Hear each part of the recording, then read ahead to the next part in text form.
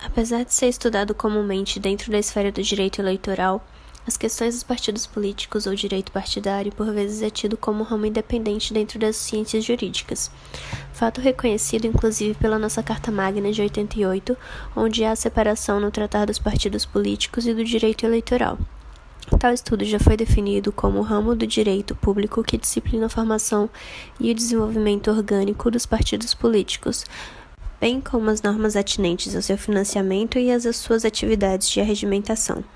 Trata de dotar de contornos gerais a atividade dos partidos políticos, agremiações que, embora livres, estão sujeitas a determinadas limitações, constitucionalmente estabelecidas em prol da preservação do regime democrático. Lembrando que tais limitações também visam, através das normas, garantias aos direitos de ordem eleitoral, como o acesso a recursos financeiros e a possibilidade da propaganda gratuita nos meios de comunicação. Em suma, à guisa da introdução, podemos dizer que a importância do estudo dos partidos políticos está intimamente ligada com a relevância das próprias atividades dos partidos, cuja existência plural é reconhecida como fundamento da República Federativa, conforme o inciso 5º do artigo 1º na Constituição Federal de 1988. Em outras palavras, o partido político é uma pessoa jurídica, composta por um grupo de pessoas ligadas pelo anseio comum de ascender ao poder, assim como toda e qualquer associação civil. A personalidade jurídica é adquirida mediante a inscrição dos atos constitutivos no cartório civil de registro de pessoas jurídicas. Assim, uma vez efetuada o registro, o partido adquire personalidade jurídica e, em seguida, deve providenciar o registro do seu estatuto, no Tribunal Superior Eleitoral, para poder usufruir das prerrogativas eleitorais, que são próprias aos partidos. Vale ressaltar que o registro civil o registro do TSE refletem diversos aspectos da existência dos partidos. O primeiro, refletindo a existência da agremiação partidária, enquanto pessoa jurídica. O segundo, por sua vez, enquanto pessoa eleitoral. Nesse aspecto, podemos analisar as principais consequências para a sociedade brasileira. Portanto, convenhamos analisar os pontos negativos e os positivos relacionados a esse fato da sociedade. Eu vou falar um pouco sobre a filiação partidária.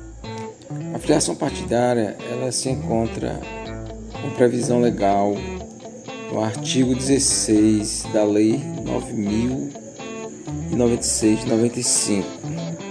No prosseguimento, eu irei conceituar filiação partidária. É o ato pelo qual um eleitor aceita e adota o programa de um partido. É uma das condições de elegibilidade em pleito, de acordo com o artigo 14, parágrafo 3º, inciso 5º da Constituição Federal. O cidadão se filia a um partido com alguns objetivos. Dentre eles, ser um candidato ou porque se identificou com as ideias do partido. Quem pode se filiar a um partido político? De acordo com o artigo 16 da Lei 9.096, o eleitor que estiver no pleno gozo de seus direitos políticos, ou seja, podendo votar e ser votado. O cancelamento imediato da filiação ocorre nos seguintes casos. Primeiro, morte pela perda dos direitos políticos, pela expulsão do partido, pela filiação a outro partido, desde que comunique ao juiz da respectiva zona eleitoral. Que tal entender um pouco melhor sobre a dupla filiação partidária? Também chamada de pluralidade de filiação partidária, ela acontece quando uma pessoa, estando filiada a uma agremiação política, se engaja em filiar-se a outra, porém não comunica esse fato à Justiça Eleitoral. Dessa forma, ela constará nas listas enviadas à Justiça Eleitoral por ambos os partidos, ficando configurada a duplicidade de filiação partidária. De acordo com o artigo 22, inciso 5, da Lei dos Partidos Políticos, o filiado tem o dever legal de comunicar a nova filiação ao juiz da respectiva zona eleitoral. Quando não há comunicação, acontece a dupla filiação, ou a pluralidade de filiação partidária, que é a filiação a mais de 2 partidos. E como resolver essa questão? Conforme o parágrafo único do mesmo artigo 22, deve prevalecer a filiação mais recente, devendo o juiz eleitoral determinar o cancelamento das demais. Esta solução mostra-se razoável, pois a última inscrição, a última filiação, revela a intenção atual do filiado. Revela a entidade a que ele realmente quer se manter vinculado. Entretanto, e se não houver sucessividade entre as diversas filiações, ou seja, se ocorrerem simultaneamente na mesma data? Nesse caso, o artigo 23 da Resolução TSE número 23.596 de 2019 determina que o juiz eleitoral expeça notificações ao filiado e aos partidos envolvidos para que eles se manifestem sobre a questão. E a partir das respostas, o juiz decidirá conforme as seguintes alternativas. 1. O juiz poderá manter uma das filiações se com relação à outra existirem indícios de falsidade, abuso, fraude ou simulação na inclusão do registro de filiação ou na sua retificação. 2. O juiz poderá também decidir pela manutenção do vínculo partidário mais recente, quando for possível estabelecer o momento em que as filiações ocorreram. 3. Pela manutenção do vínculo partidário indicado pelo eleitor, quando não for possível estabelecer o momento em que as filiações ocorreram. Ou 4.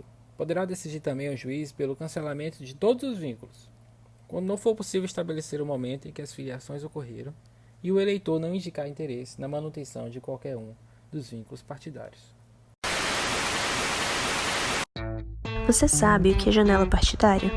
Primeiramente, precisamos entender que as mudanças partidárias acontecem por diversos motivos, geralmente por estratégias eleitorais, articulações, alianças políticas e mudanças de posicionamento, que podem ser significativas para a eleição que se aproxima.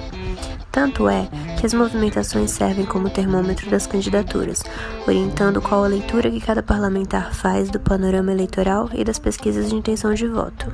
No entanto, antes da janela partidária, o troca-troca era intenso e descontrolado, e considerando que há um entendimento de que, diferentemente dos prefeitos, governadores, senadores e presidente, que são eleitos pelo voto majoritário, os parlamentares eleitos por voto proporcional, que são os vereadores e deputados, ocupam cadeiras que pertencem aos partidos que os elegeram.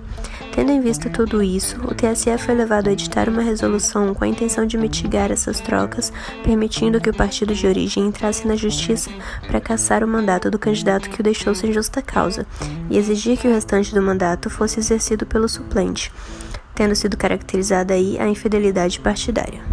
O artigo 22A da Lei nº 9.096 de 1995, conhecida como a Lei dos Partidos Políticos, determina que perderá o mandato o detentor de cargo eletivo que se desfiliar sem justa causa do partido pelo qual foi eleito, colocando, contudo, como ressalva essa tida infidelidade partidária, a hipótese de mudança de partido efetuada durante o período de 30 dias que antecede o prazo de filiação exigido em lei para concorrer à eleição majoritária ou proporcional ao término do mandato vigente.